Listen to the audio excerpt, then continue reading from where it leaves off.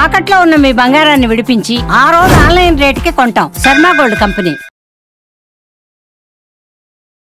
శ్రీమాత్రే నమః. శ్రీ గురుభ్యో నమః. తదుపరి కన్యారాశి. కన్యారాశి వారికి విశ్వావసు నవ సంవత్సరంలో ఆదాయం 14, వ్యయం 2, రాజ్యపూజ్యం 6, అవమానం 6. అన్ని రంగాల్లో కూడా ఖచ్చితంగా విజయం సాధించేటువంటి సంవత్సరమే. ఉద్యోగస్తులకు ప్రమోషన్లు, పెళ్లి కాని వారికి ముఖ్యంగా ఆడపిల్లలకు వివాహం అయ్యేటువంటి అవకాశం అధికంగా కనిపిస్తుంది. కన్యారాశి వారికి సంబంధించి బుధుడు అధిపతిగా ఉంటాడు. కొత్త సంవత్సరంలో ఈ యొక్క నూతన సంవత్సరంలో బుధ, శుక్ర, శనివారాలు చాలా అనుకూలంగా ఉంటాయి. ఇదిలో ఉండగా ఈ రాశి వారికి శని 6వ స్థానం నుంచి 7వ స్థానంలోకి సంచరించేటువంటి సమయంలో కన్యారాశి వారికి పోటీ రంగాల్లో మెరుగ్గా రాణిస్తారు. వ్యాపార పట్ల పోటీ కానీ, ఏదైనా పెండింగ్ పనులుంటే పూర్తి చేయడం కానీ, విద్యకు సంబంధించి పోటీ పరీక్షలు కానీ అన్నీ కూడా సానుకూలంగా ఉంటాయి. వీరు వ్యక్తిగత జీవితం ఖచ్చితంగా మెరుగవుతుంది. మరోవైపు గురువు 9వ స్థానంలో సంచరించడం వలన అనేక రంగాల్లో కొత్త ఒరవడి సృష్టించేటువంటి అవకాశం ఉంది. మీ యొక్క కొత్త సంబంధాలకు సైతం, నూతన స్నేహితుల్ని సైతం ఏర్పరచుకునేటువంటి అవకాశం ఉంది. అనేక రంగాల్లో ప్రశంసలు పొందుతారు. అలాగే మార్చి ఆఖరు నుండి, అంటే షష్టగ్రహ కూటమి పూర్తయిన తర్వాత నుండి జూలై వరకు మినహా మిగిలిన సంవత్సరం అంతా కూడా చాలా బాగుంటుంది. ఈ ప్రథమార్థంలో ఉన్న 3 నెలలు మాత్రం కాస్త ఇబ్బందితో కూడుకున్నటువంటి పనులే ఉన్నప్పటికీ తర్వాతి కాలం అంతా కూడా ఆచరణాత్మకమైనటువంటి పనులు, అంటే ఖచ్చితంగా మీరు ఒక ప్లాన్ గీస్తే అది ఇంప్లిమెంట్ అవ్వాల్సిందే అనేటువంటి పనులు చేస్తారు. ఉద్యోగస్తులకు ఈ రాశి వారికి సంబంధించి గురువు ఏడాది ఈ యొక్క సంవత్సరంలో 9, 10 స్థానాల్లో సంచారం చేయడం వలన కన్యా రాశి వారికి కెరీర్ పరంగా విజయం సాధించే అవకాశం ఉంది. వీరు కొత్త నూతనమైనటువంటి విధానాన్ని అవలంబించే అవకాశం ఉంది. నూతనమైనటువంటి స్నేహితులను ఏర్పరచుకునే అవకాశం ఉంది. వీరు చేసేటువంటి పనులన్నింటిలో కూడా విజయం సాధిస్తారు. మే తర్వాతి ప్రాంతంలో వీరికి ప్రమోషన్ వచ్చే అవకాశం ఉంది. అలాగే ఈ సమయం నందు నూతనంగా చేపట్టేటువంటి పనులన్నీ కూడా చాలా ఆసక్తిని కలిగిస్తాయి. మీరు గతం కంటే కూడా చాలా బాగా కెరీర్ మీద ఫోకస్ చేస్తూ ఉంటారు. ఈ సంవత్సరంలో కన్యా రాశి వారికి సంబంధించి విద్యారంగంలో శుభ ఫలితాలు పొందవచ్చు. అలాగే వీరు ఎలాంటి ఆటంకాలు ఎదురుకావు. ఎలాంటి ఆటంకాలు వచ్చినా వాటిని అధిగమించి మరీ పనులు చేసుకుంటారు. గురుగ్రహ ప్రభావంతో సంవత్సర ప్రారంభం నుంచి మే మధ్య వరకు కూడా ఉన్నత విద్యా మార్గం సుగమం అవుతుంది. మే తర్వాత విద్యార్థులు కష్టానికి తగిన ఫలితం ఖచ్చితంగా వస్తుంది. ఈ కాలం నందు ఉన్నత విద్యను అభ్యసిస్తారు. విద్యార్థులు విదేశాల్లోకి వెళ్ళి కూడా విద్యను అభ్యసించేటువంటి పరిస్థితులు గోచరిస్తూ ఉన్నాయి.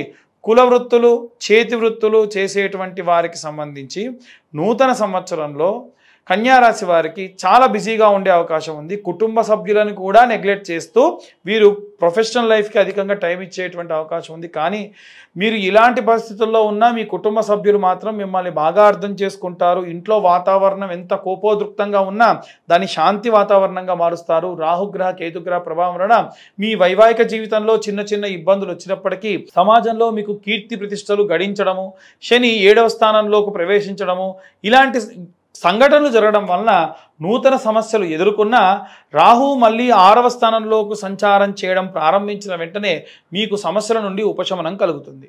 అయితే మిశ్రమ ఫలితాలంటే ఇలాగే ఉంటాయి. ప్రారంభం అవ్వడం ప్రాబ్లంతో ప్రారంభమై తర్వాతకి అవి సాల్వ్ అవుతూ ముందుగా చిన్నగా వెళ్తాయి.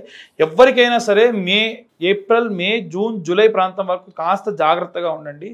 గురువు 5వ స్థానంలో ఉన్న సమయంలో నూతనంగా వివాహం జరిగిన వారికి శుభవార్తలు ఎదుర్కొనేటువంటి అవకాశం ఉంది.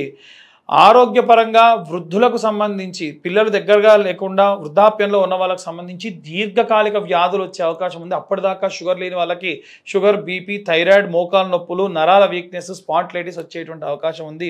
అయితే ఖచ్చితంగా వీరు వీటి గురించి శ్రద్ధ వహించాలి. శని 6వ స్థానం అంత శ్రేయస్కరం కాదు.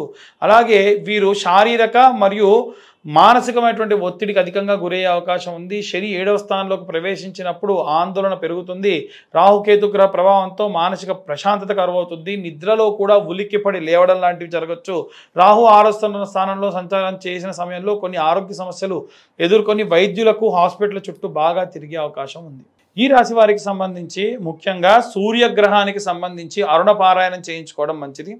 ఇక అన్ని వర్గాల వారికి సంబంధించి ఎలాంటి రెమెడీస్ తీసుకోవాలి, ఎలాంటి మంత్రపఠనం చేయాలనే విషయాన్ని ఇప్పుడు మనం తెలుసుకుందాం. ఈ యొక్క విశ్వావసునామ సంవత్సరంలో విద్యార్థులు ఎవరైతే ఉన్నారో నీల సరస్వతి స్తోత్రం లేదా మేధా దక్షిణామూర్తి స్తోత్రం చదవడం కానీ వినడం కానీ చాలా విపరీతమైన శక్తినిస్తుంది. అలాగే నిత్యము స్వచ్ఛమైన ఆవు నెయ్యితో పిల్లల చేత చిన్న దీపారాధన చేయించి కనురెప్ప ఆర్పకుండా నిమిషన్నర పాటు చూడడం వల్ల, అది కూడా కంటికి ఈక్వల్గా ఉండేటువంటి లెవెల్లో గనక మీరు ఈ దీపాన్ని చూడడం వల్ల విశేషమైనటువంటి కంటి సైట్ ప్రాబ్లమ్స్ సాల్వ్ అవుతాయి. చూసిన ప్రతీది కూడా జ్ఞాపక శక్తిగా విపరీతంగా వారికి గుర్తుంటుంది.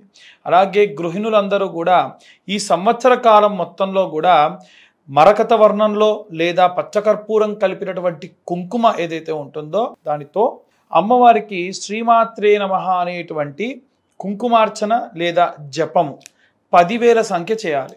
పూర్తి సంవత్సరంలో ఈ మార్చి ఎండింగ్ తర్వాత నుండి ప్రారంభమవుతూ మళ్ళీ వచ్చే సంవత్సరం వరకు చూసుకుంటే మనకు 10,000 సంఖ్య వరకు పూర్తి చేయడం వల్ల విశేష శక్తినిస్తుంది. ఆడవాళ్ళకి జరగబోయేటువంటి ఇబ్బందులు కానీ అపాయాలు కానీ తొందరగా తెలుస్తాయి.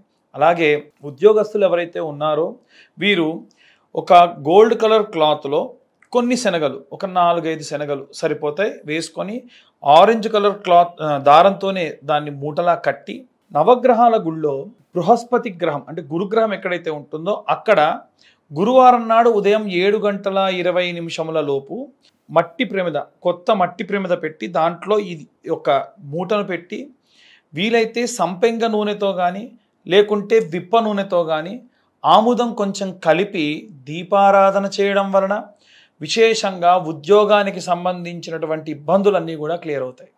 అలాగే ఎవరైతే వ్యాపారం చేసే వాళ్ళు ఉన్నారో సాంబ్రాణి పౌడర్గా దొరుకుతుందండి. ఆ పౌడర్ అలాగే తెల్ల ఆవాలు, ఆవు నెయ్యి 3 కలుపుకొని ప్రతి శుక్రవారం నాడు సాయంత్ర సమయంలో స్నానమాచరించి మీ వ్యాపార స్థలంలో ఒక కప్పుని వెలిగించుకొని, అంబిక ధూప్ కప్స్ ఉంటాయి కదా, అలాంటి కప్స్ ఏదైనా వెలిగించుకొని ఆ పదార్థాన్ని తీసుకొని మిశ్రమం కలిపినటువంటి దాన్ని నుదురు దగ్గర పెట్టి అందులో వేయడం వలన, వేసేటప్పుడు మీ కోరికలు వాంఛలు కోరుకోవడం వలన మీ యొక్క షాప్ దగ్గరికి వచ్చేటువంటి గాలి ధూళి దిష్టి అన్నీ కూడా తొలగిపోతాయి. ఎందుకంటే ఒకసారి వ్యాపారస్తులు వ్యాపారం ఓపెన్ చేశారనంటే శౌచము అశౌచము ఉన్నవాళ్ళు, అలాగే రకరకాల చోట్లకు వెళ్ళొచ్చిన వాళ్ళు, మృతా శౌచంతో ఉన్నవాళ్ళు, జాతా శౌచంతో ఉన్న వాళ్ళు అందరూ వస్తారు.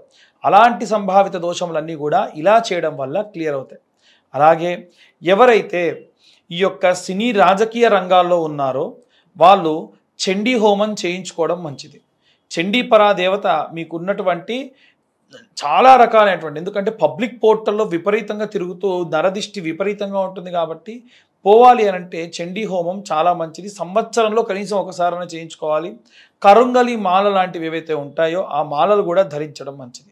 అలాగే ఎవరైతే వివాహం కోసం ఎదురు చూస్తూ ఉన్నటువంటి అమ్మాయిలు కానీ అబ్బాయిలు కానీ, అమ్మాయిలైతేనేమో వరపాశుపతము అనేటువంటి హోమం ఉంటుంది. అంటే శివుడికి చక్కెరతోని అభిషేకం చేసి, ఓన్లీ చక్కెరతో అభిషేకం చేసి తర్వాతకి హోమం చేస్తారు. అమ్మాయిలకైనా సరే అలాగే శివలింగానికి అభిషేకం చేసి తర్వాతకి హోమం చేస్తారు. అమ్మాయిలు చేసేదాన్ని వరపాశుపతం అని, అబ్బాయిలు చేసేదాన్ని కన్యాపాశుపతం అని అంటారు. ఈ పాశుపత హోమము మీ దగ్గరలో ఉన్నటువంటి అర్చక స్వాములు ఎవరినన్నా అడిగితే చేస్తారు. లేదు కావాలి అంటే కింద ఉన్న మా నెంబర్ కూడా కాంటాక్ట్ చేయొచ్చు, మేమైనా సరే చేయిస్తాం. అలాగే ఎవరైతే విదేశాలకు వెళ్ళాలి అనుకుంటూ ఉన్నారో వారు ముఖ్యంగా ప్రసన్న మహాకాళి ఆలయంలో అమ్మవారికి కుంకుమార్చన చేయించి కొంచెం కుంకుమ మీతోనే పెట్టుకొని ప్రయాణం చేయండి. ప్రయాణంలో ఎటువంటి బడలికలు, ఎటువంటి ఇబ్బందులు, వెళ్ళిన తర్వాతకి ఎటువంటి విషజ్వరాలు రాకుండా అమ్మవారు కాపాడుతుంది.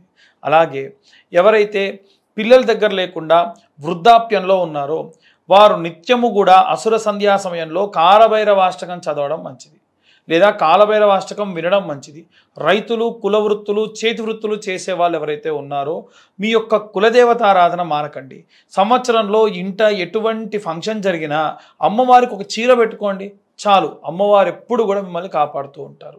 ఇవన్నీ కూడా గోచార రీత్యా చెప్పేటువంటి విషయములు మాత్రమే. పూర్తిగా మీ జాతకం విశ్లేషణతో మీకు కావాలి అని అంటే కింద ఉన్న నెంబర్కి మీ పేరు, మీ date of birth, time, place పంపించండి. ఈ 2025 సంవత్సరంలో కేవలం 2025 రూపాయలు మాత్రమే ఛార్జ్ చేయడం జరుగుతుంది.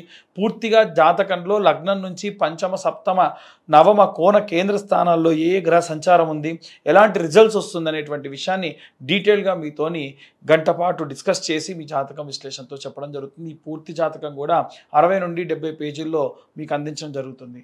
మరొకసారి అందరికీ కూడా విశ్వావసు నామ సంవత్సర శుభాకాంక్షలు. స్వస్తి.